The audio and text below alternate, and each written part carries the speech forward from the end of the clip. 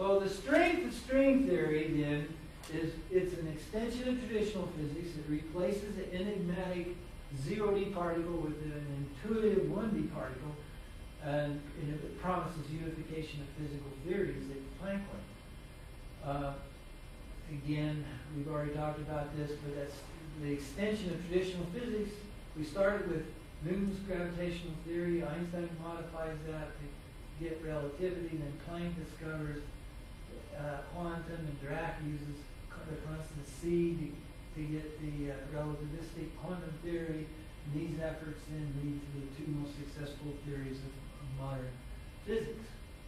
And the next logical step is, hey, we need to combine them all, and that's what string theory does. Well, let's go after it. That should be where we go. When we say intuitive 1D strings, we mean it leads to a consistent finite concept of gravitons, like we mentioned, this idea of quantum gravity. It hints at a structure with all the elements of the standard model, with the bosons and the fermions and even the gravitons, and it replaces general relativity then at these small scales where general relativity would break down. It has this particle called the graviton that enables us to get by that. And it eliminates black hole violation of the quantum theory we just seen, and it promises eventual explanation of the Big Bang singularity. So, hey, that looks good. And now, of course, all of this, again, depends on this supersymmetry, don't forget. We got to have supersymmetry where we got this double number of particles in the universe, or it doesn't work. The whole thing is called off. So they're really hoping to find supersymmetry because it helps unify the forces. It explains the mass hierarchy, which we haven't gotten into much, but it predicts a candidate for dark matter. I'm sure you've heard of dark matter, which is supposed to be 90% of the matter in the universe. Right? So supersymmetry, we've got everything hanging on that.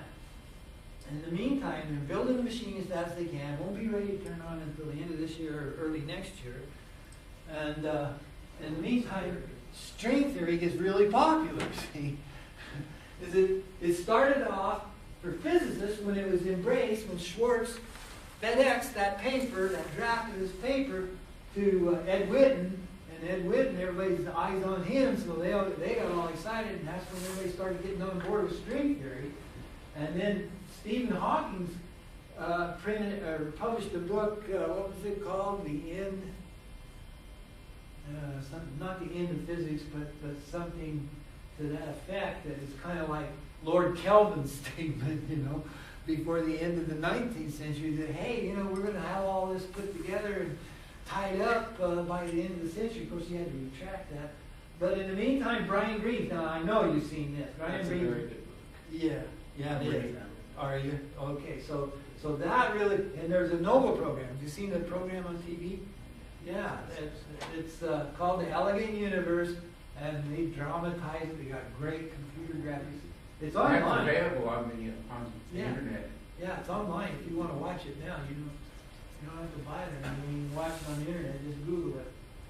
But it fired up the public imagination about these string theories and this multiverses that it's developed into now, and brains and all this stuff with quantum mechanic weirdness and all that stuff. So it's really gotten popular, but at the same time, with the physicists, there's really a lot of problems. But this is what the David Pulitzer, who was one of David Gross's colleagues, and one winner with him of the Nobel Prize in 2004, said many leading physicists were inclined to conclude in the late 1970s that the task of basic physics was nearly complete and we'd soon be out of jobs. Hawking titled his lecture, that's the one I was trying to think of, "Is the End in Sight for Theoretical Physics?" And he argued strongly for the affirmative. He thought the end was there, but of course he had to retract it because once again, big surprise. They hadn't found supersymmetry, which, for 40 years they've been working this thing. 4 decades almost. That's a long time, see? and yet no supersymmetry. They're building this huge machine at fantastic cost to try to find it. So maybe they'll find it, but in the meantime, there's been some other developments that have really been devastating for string theory, and this one is really big. It's not unique, and therefore it can't predict anything. And we'll explain how it's not unique. When we say unique, there's not just one thing, string theory. There's solutions, quote unquote, for that just you can make it do whatever you want it to do. And then this one is really big, probably the showstopper, because the galactic expansion they've discovered by measurement is expanding with time. It's increasing. The rate of expansion is increasing. Well, okay, so our string theory problems then start to mount up because, first of all, it's always been such that it required more physical dimensions than are observed. Can you think of what 26 dimensions or even 10, 6 extra space dimensions mean? Well, there's ways they can compact them and so on and make it work mathematically. And with supersymmetry, they were able to reduce the 26 down to 10, which means 6 extra dimensions of space. But again, supersymmetry hasn't been observed.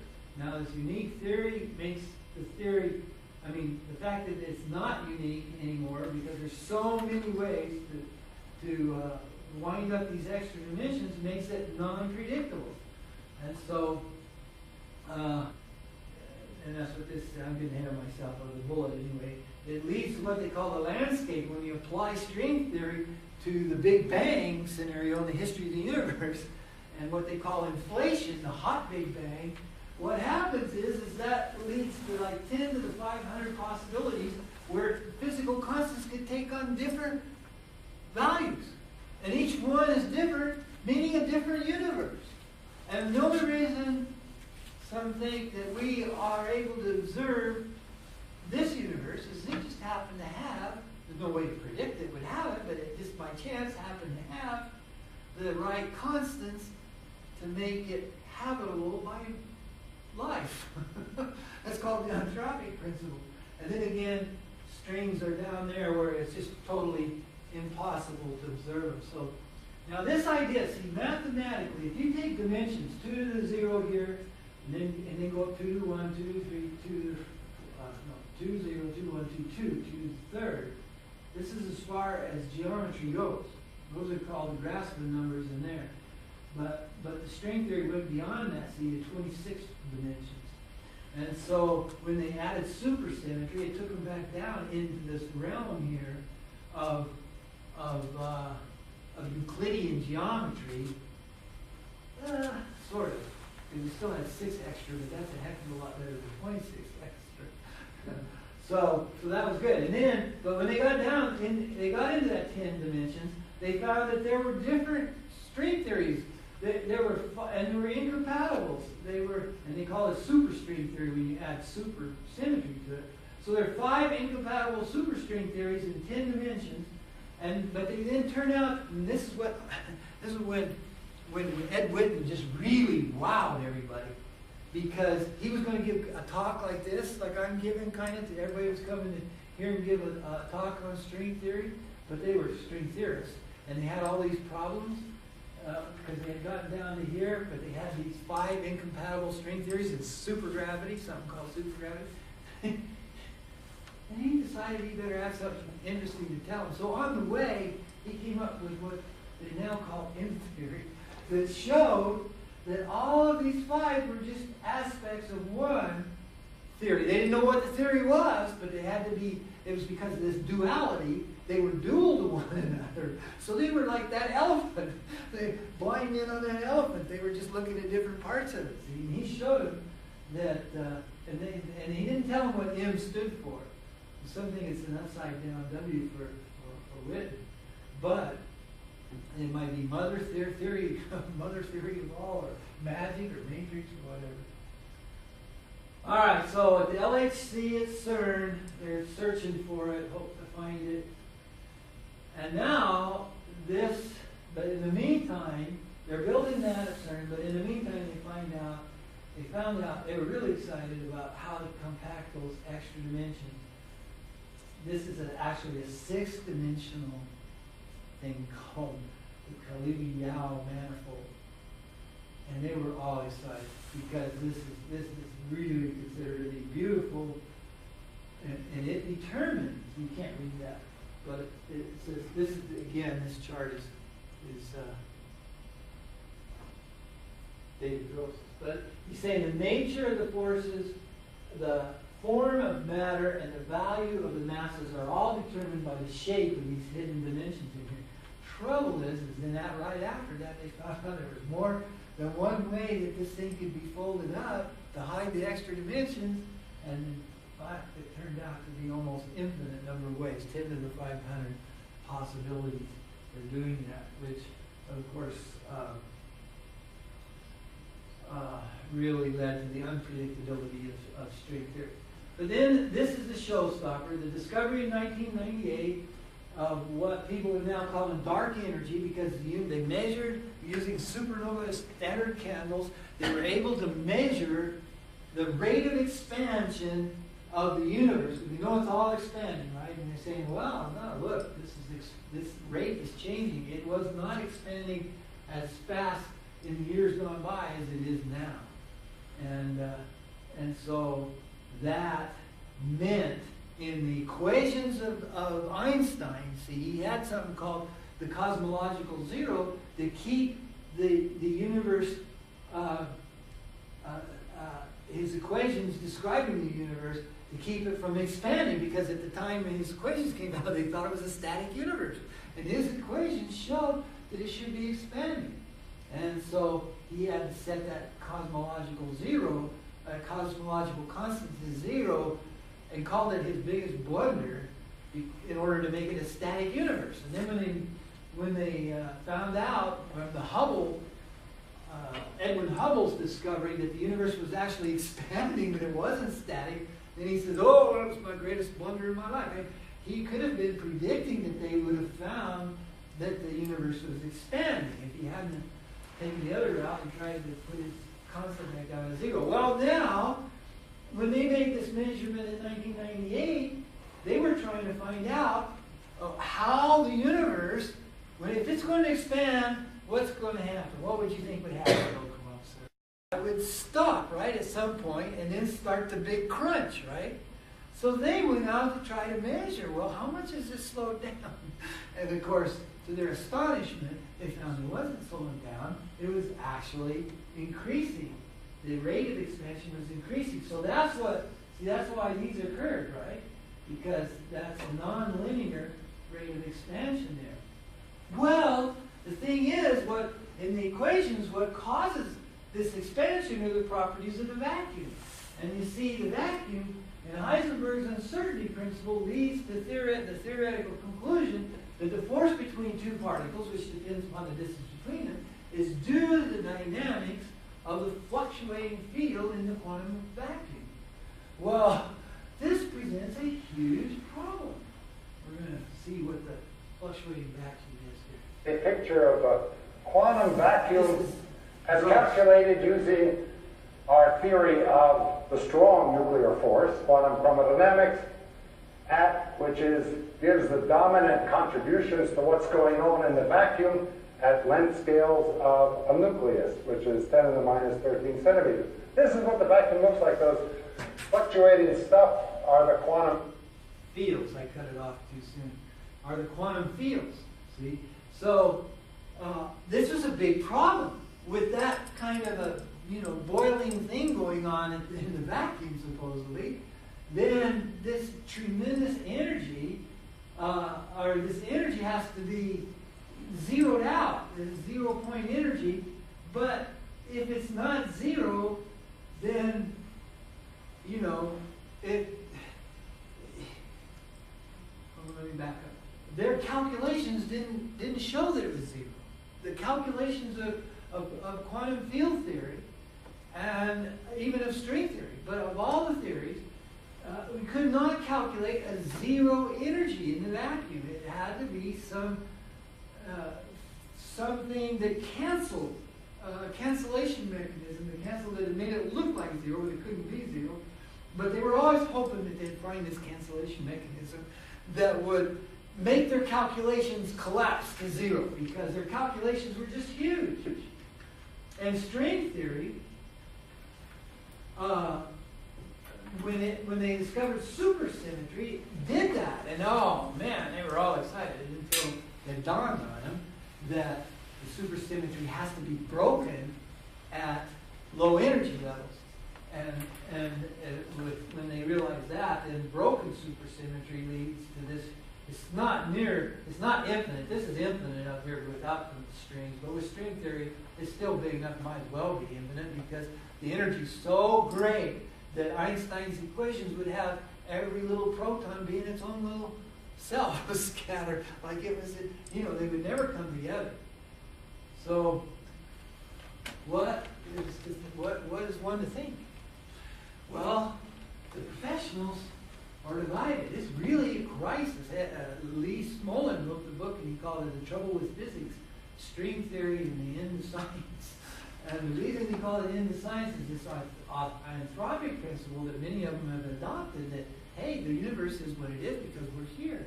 There's no way to predict the fact that we would live in a universe like this because there's a gazillion multiverses. There's a gazillion universes in the multiverse. And we just happen, like bugs that happen to come across an area of nutrients in a almost empty petri dish. We just happen to find a spot where we can grow and flourish. And so now we observe the universe the way it is. Well, that's crazy. People don't want to believe that. This guy here, Peter Boyd, wrote Not Even Wrong, a book at the same time that Lee Smolin wrote. And he's just saying that these people are just crazy. That he argues that the landscape of the non-unique solutions and lack of predictive power because it implies a non-scientific theory. That is, string theory. The string theory landscape is just untestable, and he calls it pseudoscience. And there's a big controversy. David Gross calls these two books Not Even Wrong and The Trouble with Physics. He calls them silly books because he's part of this group that are still working on it and believe that it's coming, that it will eventually work out. He argues that the achievements of string theory, says, while purely academic at this point, are nevertheless substantial, implying that a breakthrough is looming and that the revolution is coming. All right? And then he talks about how they attack the small cosmological constant problem, and I won't go into that, we don't need to, but essentially they take this and work backwards logarithmically to show how you get to the size of the proton as the energy gets lower and lower, because then the protons finally reach a point where they can't escape, the quarks finally reach a point where they can't escape one another, and as a result, that defines the size of the proton, all right? And so he's trying to show here, and that's within an order of magnitude, that they can calculate this. But what he's saying is, well, calculations don't mean much if you don't have a physical principle to go along with it. This is the great unknown. Just like Ed Whitten said, we don't know where all this stuff is coming from. It's great that it works out, but why in the heck is it working out? We don't understand why it does this. And this is the great unknown. He says the string theory can be constructed in many ways, even without strings. And I really don't know what he means by that, but these constructions, these different constructions, have no meaning. Something is still missing after 40 years. He says they thought for a while that it might not be a theory. Maybe it's just a framework like quantum field theory, but then it can't be a framework because it doesn't have these free parameters. So, it just is what it is. So it can't be a framework. So what they conclude then is that the principle, whatever the missing principle is highly fundamental. It's something very fundamental about reality that we don't understand. And it must have, the other thing that they realize is it must have universal scope. Whatever it is, it affects everything, right? And so then they come to, well, what's the most fundamental? The most fundamental is space and time, right? And what they're discovering with string theory research is that the nature of space and time is really paradoxical when you get to string theory. And Wynne said this: space and time may be doomed. and he wasn't the first one to say this. Way back in Einstein's day, Minkowski said the same thing, really. And then this guy, Seaberg, says, I'm almost certain that space and time are illusions. Well, what's the impact of that? If we ask ourselves, what is the nature of space? And the answer is, it's emergent. And they've got lots of examples in string theory that says some or all of space is not really fundamental and only emerges at large distances in classical approximations. And what does that tell us? Because, see, what they've done, you know, if you understand general relativity, what they did is combine, well, how many dimensions in general relativity? No, that's in string theory. But in general relativity, Einstein's general relativity, there's 4, right? 3 space dimensions and time dimension, and they're joined together, so time becomes like another space dimension almost. And so if it's emergent, if space-time is emergent, what does that say about time? Space is emergent and time, if they're hooked together, really. So this is what he's saying, implications of emergent space. If initially there's no space, then initially there's no space-time gravity. The dynamics of space could never work out. And if space-time is emergent, then time must be also emergent. But how do we do physics without time? And he's right. You know, there's no possibility that you can imagine that you can do physics without time. And so he says, this is the great perplexing obstacle, the conceptual block to our progress with string theory. It's amazing. All right, so how do we do physics without time? We have no idea. So the conclusion is then that the coming revolution will constitute a major change in our understanding of the nature of space and time. And then, and I tried to get the audio part so you could hear David Gross actually say this as well as read it, but this is what he said. It probably requires a young Heisenberg sitting somewhere to fiddle with something totally off in left field that will lead to these new concepts. And you guys are the young Heisenberg, see? So that's why I wanted a bunch of young people here to look at this. All right, now here's Heisenberg. We're going to listen to him here talk about this. At that time, there was a general discussion among the young physicists about the possible ways to establish a coherent quantum theory, coherent quantum mechanics, and among the many attempts, the most interesting for me was the attempt of Kramers to study the dispersion of atoms, and so I tried to apply a mathematical calculus, which later turned out to be matrix mechanics, to the experiments of Kramers and to more general mechanical models of the atom. It just so happened that I became a little bit ill, so I had to spend a holiday on an island. So it was there that I really came to this scheme of quantum mechanics and tried to develop it in a closed mathematical form. So he did, and it was on this island. And when what he was doing, he didn't know it was matrix theory, like he said, but he was putting a table together, a matrix, right, of the actual observables. That's the point. He was using. He was using the idea that things ought to be observable. See, Bohr had this idea that the electron, as a wave, could only fit so many cycles around the nucleus. And when it went up to another energy, the reason it was a discrete energy was because you had to fit one more cycle or a certain number of cycles in there. You couldn't put part of a cycle in there, right? And they were trying to make this work out, and they couldn't make it work out. And Heisenberg said, no, we got to go to observables. So he started making tables of what they were actually observing. And when he put them all together and studied, he was on this island, he was sick, he had a hay fever so bad that when the landlady saw him when he came here for vacation, he took the boat, this is off the coast of Germany in the North Sea, and he got to her house, and she thought he'd been beat up like a professional boxer. He was all puffed up and everything from the hay fever. but in the solitude, there's hardly anybody on this island. You can see there's no trees or anything. That's just that might be a little bit of grass, but there's not much. And then there's this big old rock that just sticks up like a tower right here.